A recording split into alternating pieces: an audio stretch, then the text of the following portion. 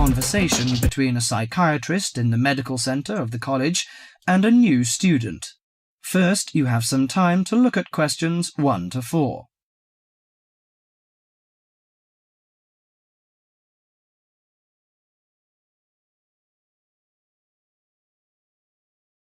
Now listen carefully to the conversation and answer questions 1 to 4. Hello, sit down, please. Thank you.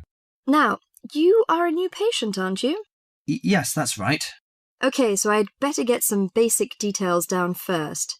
Right, we'll start with your name. Martin Hansen. Do you spell that S-O-N or S-E-N? Hansen. OK, and you're a first-year student? Yes, I am. Study in? Electronics, actually. I hope you enjoy it. Thanks. And your address? 2805 Hesperian Avenue, Hayward. 2805 and Hesperian. Yes, that's Hesperian. Hayward, Hayward. And your phone number? 734-246-55. 734-264-55.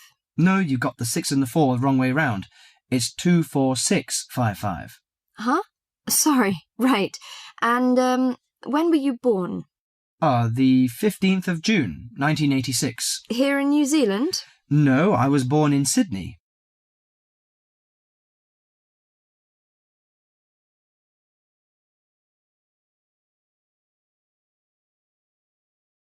Before you hear the rest of the conversation, you have some time to look at questions 5 to 10.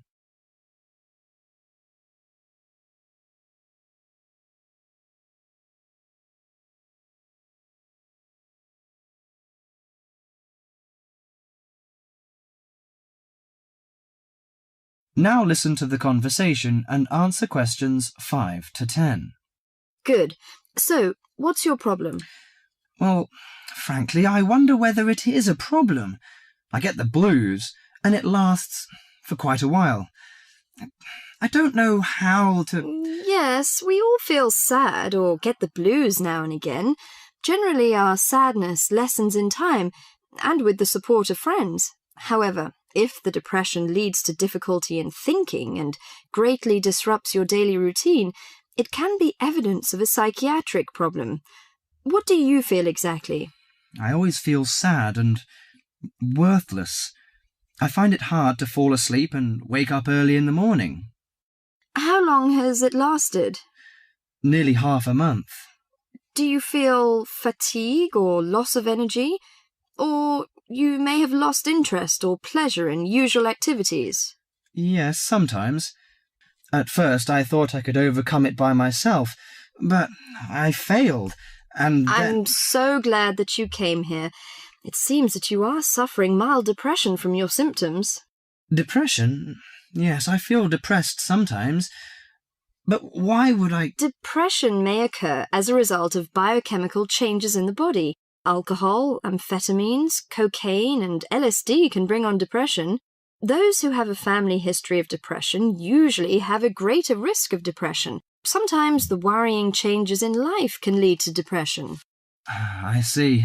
I had a really bad breakup of a love relationship. It makes me feel hopeless. Do you think I need some treatment? Yes. Antidepressant medications are often used to treat depression, if it is serious. But I don't suggest them at first because of the side effects. I suggest psychotherapy, which can give you support and help you regain control. So do I need to come here every day? No, I will arrange counselling sessions for you, which will last 12 to 20 weeks. You come here once or twice each week. The psychotherapy is directed at helping you gain insight and understanding about events in your life, which may have contributed to your depression. With growing insight, you can often learn more effective ways of coping with your feelings and changing your behaviour. What can I do to take care of myself? Well, at first you should do some physical exercises on a regular basis, at least 3 times a week. How is your food? Do you eat well? Yes, I think so. I eat at my homestay family. Good. Find a hobby or a positive recreational activity to participate in once or twice a week. I know it's difficult for you, though. When you feel it's hard to overcome the depression, come to the counselling session. Remember, ask for help if the load is too heavy to handle. Yes, I'll try. So, when will my counselling session begin? I'm going to arrange that for you. That is the end of part 1. You now have half a minute to check your answers.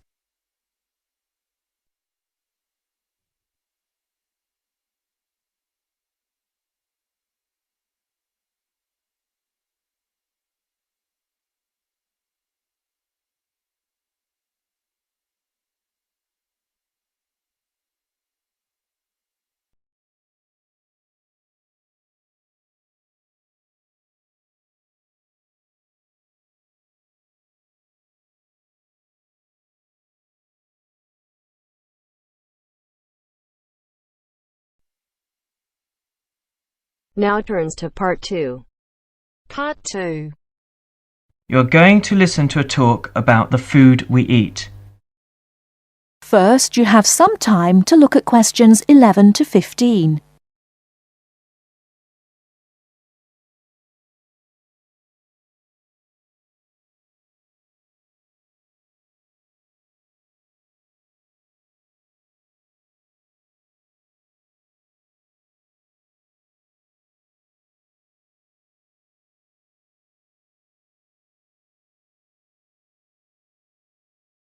Now, listen carefully and answer questions 11 to 15.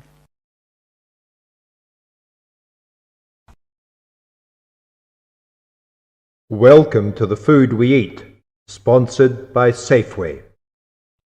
Increasingly, we know more about the effects of our eating habits and lifestyles on our health. While new information can change old ideas, the news stories can often be confusing. At Safeway, we try to help customers not only in the range and types of food offered, but also by providing up-to-date, reliable information in areas we know are of interest and which relate to the diet we eat. Today, we are going to talk about sugar. Recently, doctors have been advising us to eat less sugar. The health recommendation to use less sugar is for 2 reasons. Firstly, for the sake of our teeth, since the amount and frequency of sugar consumption links to decay. Secondly, as sugar is a good source of calories, it can easily be a problem if we tend to be overweight. The dental risk is because bacteria which occur naturally in our mouth feed on carbohydrates, sugar and starch, to form plaque and acid. Plaque is a sticky coating that prevents the bacteria being removed by saliva. The acid attacks the tooth itself. This takes time, however, so the trick is to avoid sticky foods like sweets, which stay around in crevices feeding the bacteria. Before you hear the rest of the talk, you have some time to look at questions 16 to 20.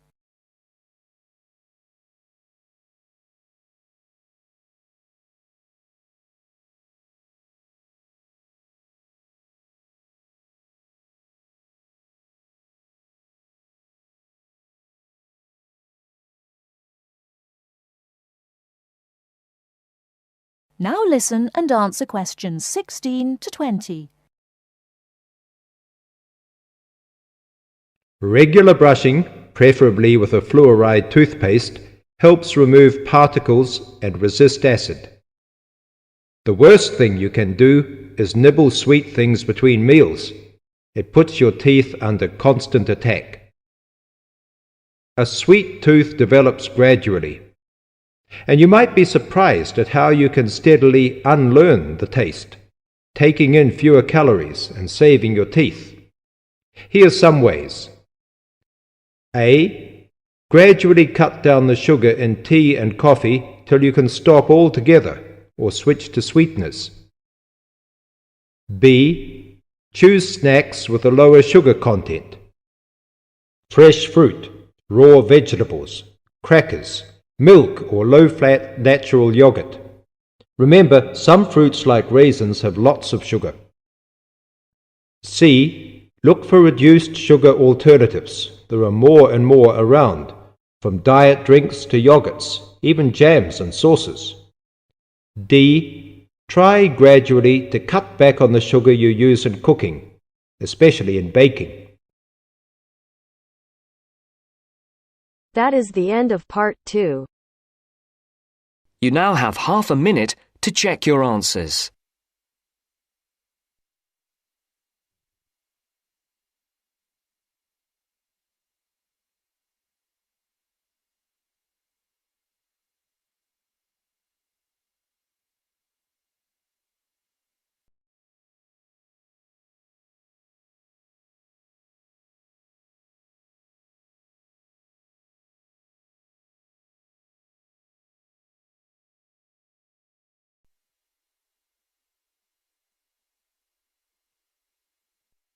Now turns to part 3. Part 3. You will hear 2 engineering students, a woman in her 6th year called Linda and a man in his 5th year called Matthew, discussing the benefits of student work placements. Before you listen, you have some time to look at questions 21 to 26.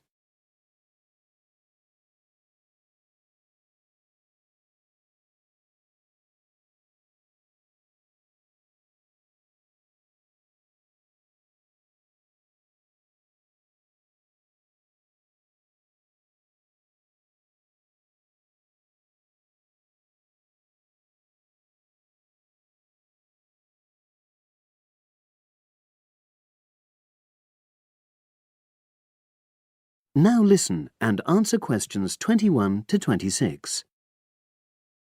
Hi, Linda. Can you spare a few minutes? Hello, Matthew. No problem. I just wanted to talk to you about temporary work placements. I've never really thought there was a good reason for doing one.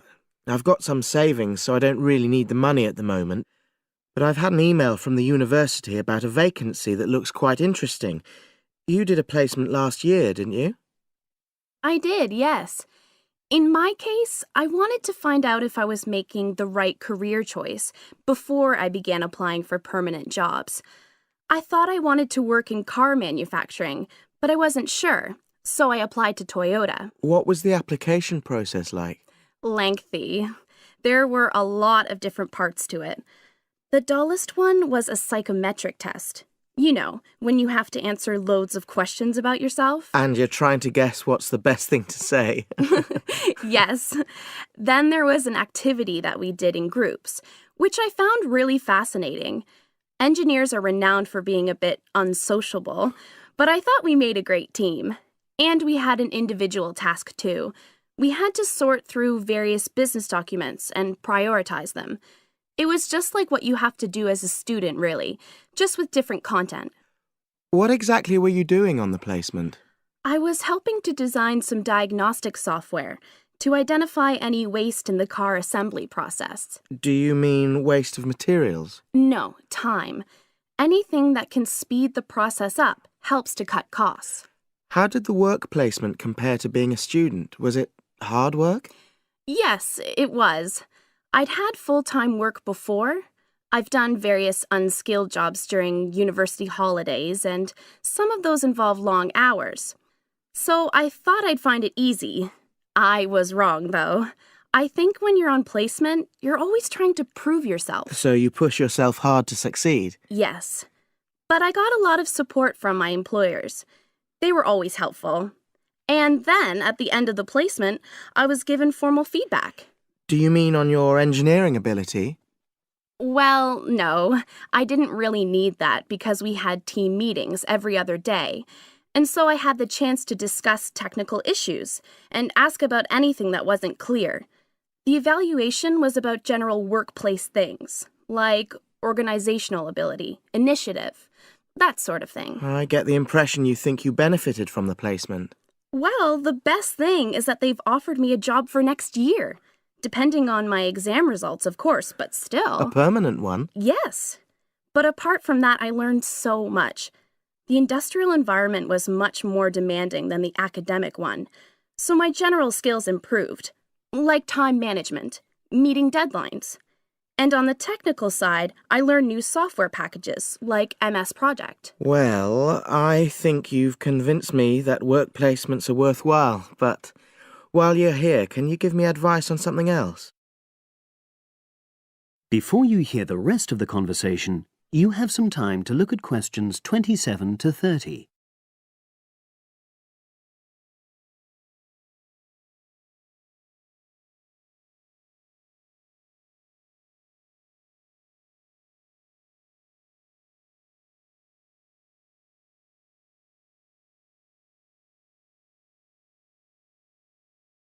Now listen and answer questions 27 to 30. I'm about to make a start on the engineering materials module, and I've got a book list here. Can you have a quick look and tell me what you would recommend? That's if you can remember. Let's see. I do remember some of them. Yes, this one, The Science of Materials. I found the subject quite hard generally, but this book is very accessible, so it suited me. It doesn't cover everything, though. What about this one then, Materials Engineering? Oh, yes. I do remember that. But it's a bit out of date now, isn't it? Unless it's a new edition. I don't think so. But what I liked about it were the pictures. They really helped to understand the descriptions. It's useful just from that point of view.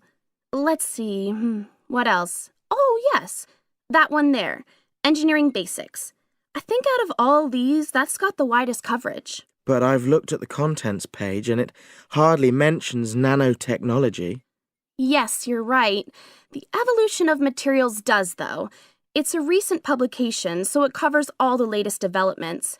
It's a bit thin on the 1960s, though, and that decade was quite important. Well, it sounds as if they all complement each other in some ways. I don't suppose you can lend me...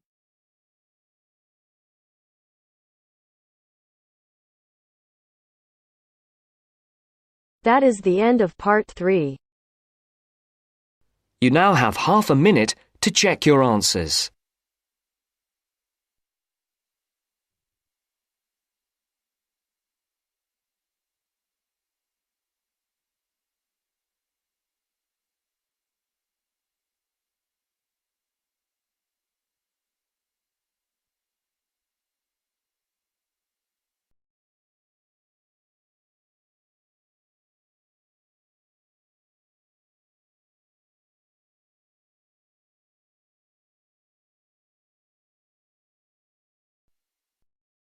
Now turns to part 4.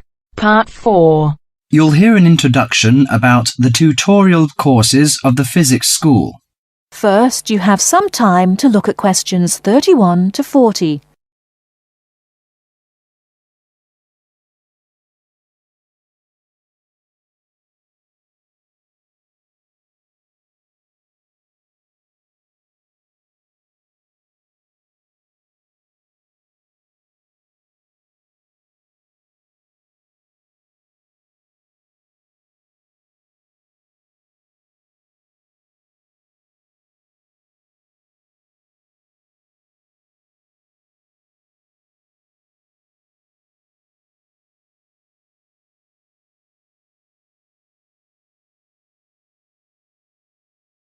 Now listen carefully and answer questions 31 to 40.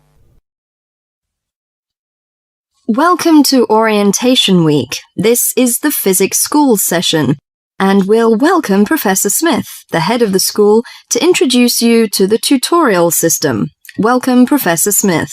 Thank you. You may have noticed life at university is totally different from that of school. For you, tutorials are an important part of the teaching program. Tutors are the primary contact between undergraduate students and the school. A tutor is the student's personal tutor as well as their academic tutor.